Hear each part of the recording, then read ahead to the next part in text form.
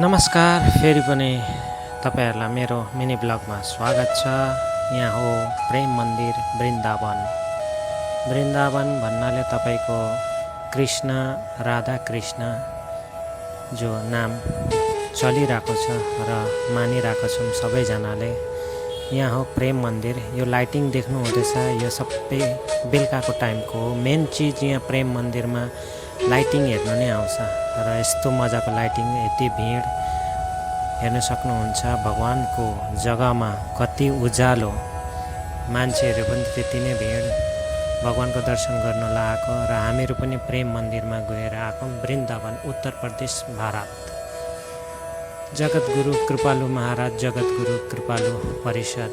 यो मन्दिर पूर्ण रूपमा इटालियन मार्बलबाट बनेको छ र प्राचीन भारतीय वास्तुकलाको उत्कृष्ट नमुना हो यो जग्गा चाहिँ। र यस्तो मजाले बनाएको छ, हेर्नु न कति मजाको देख्छ। यहाँ हो बाहिर कृष्ण भगवानले गाईहरू चराएकोहरू, यहाँनिर गाईहरू देख्नु हुँदैछ।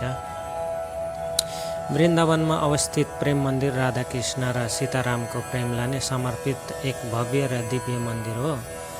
कृपालुजी महाराजद्वारा निर्मित यो सेतो इटालियन मार्बलको मन्दिर 84वटा आकर्षक दृश्यहरू छन् जसले राधाकृष्ण लीलाहरू चित्रण गर्छन्। साँझपख रङ्गीन बत्तीहरू र फुवारा सोले मन्दिरको सुन्दरता झन् बढाउँछन्।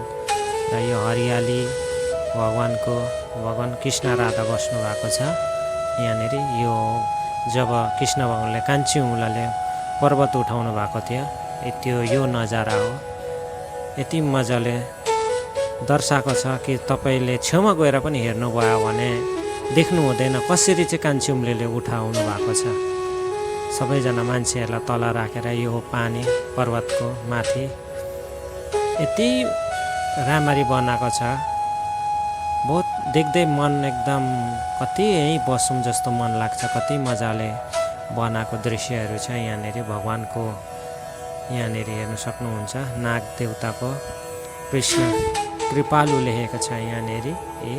र यो रातिको लाइटिङको नजारा प्रेम मन्दिरको, जो वृन्दावनमा स्थित छ। तपाईँहरू पनि जानुहोस्, घुमेर आउनुहोस्, भगवानहरूको दर्शन गरेर आउनुहोस्। समय निकाल्नुहोस् भगवानलाई दर्शन गर्नुलाई। र आजको ब्लगमा यति।